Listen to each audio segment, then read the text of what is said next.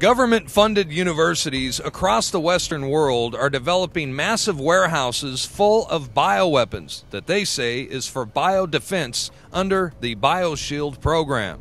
Airborne Ebola, smallpox, bubonic plague, bird flu, and the H1N1 superbug are being weaponized and kept in moderately secured facilities like at the Galveston National Laboratory on the campus of the University of Texas.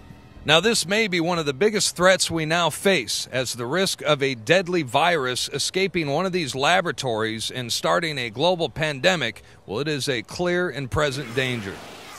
Weaponized airborne Ebola, super weaponized viruses and bacteria that kill over 90%, 9 out of 10 people on your street dead. The National Research Council, which is an arm of the National Academy of Sciences, released a report concerning potential hazardous risk associated with the new multi-million-dollar infectious disease research lab currently under construction in Kansas. It's located only 120 miles west of Kansas City. It's called the National Bio and Agro Defense Facility, and even though it's a Level 4 biolab, which is the highest secured rating issued by the CDC, the expert panel found that there is nearly a 70% chance that a disease will escape the laboratory during its planned 50-year operational lifespan.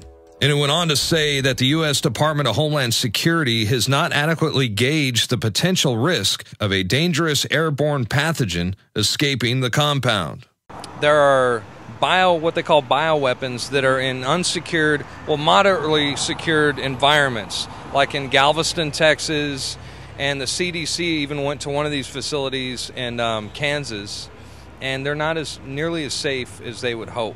And they even said, the CDC even said the one in Kansas has a 70% chance of some dangerous virus getting released. I mean, what are the bylaws in keeping them safe? I don't think there's anything even designated to making sure that they're safe. It's such it's that gray area of the world that nobody really thinks about, but is. Yes. Like, so you think it's a clear and present danger that we should try to prepare for, something like that? I think everybody should always be prepared for anything. You know, it's like hope for the best, prepare for the worst. That's right. Can you imagine the awakening that's going to happen if they release those bioweapons?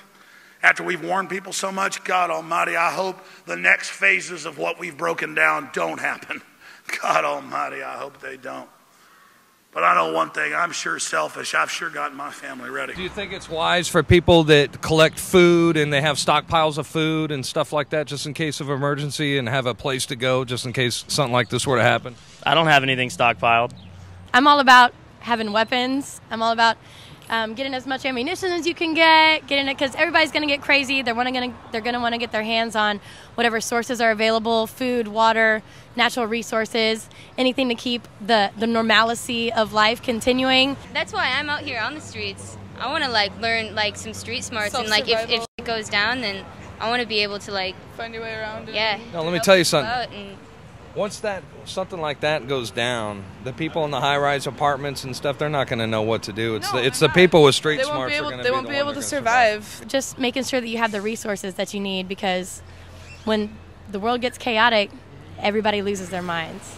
Let me put this in layman terms. A Level 4 bioweapons lab should be 3 floors under the ground, barbed wire fences, minefields, and machine guns, and a system that if the super germs get out, they pull a lever, alarms go off, and the whole place goes up in flames. But instead, the global elite are storing it in Level 2 facilities like the University of Texas at Galveston, behind a glass door with a swipe card, right there in Petri dishes. And they're doing this so that when they release it to massively reduce population, they can claim it was an accident.